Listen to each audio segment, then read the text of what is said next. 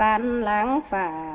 ลาอยู่ฟ้าลาบหมอบังปูแล้วรออายเซเซล่ะเสยเสียงเกินเด้เนื้อหน้าเกยแป้งไงเอ้ยนอมันก็ลาหูตาเบาเห็นแจ้ง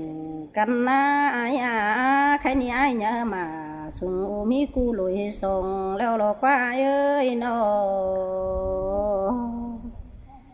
เจ้าเบื่อเอาความกีทงเอาเก่าตู้ยิงหูสินเดอายเสยเสยล่ะเสยเสียงเกินเด้เก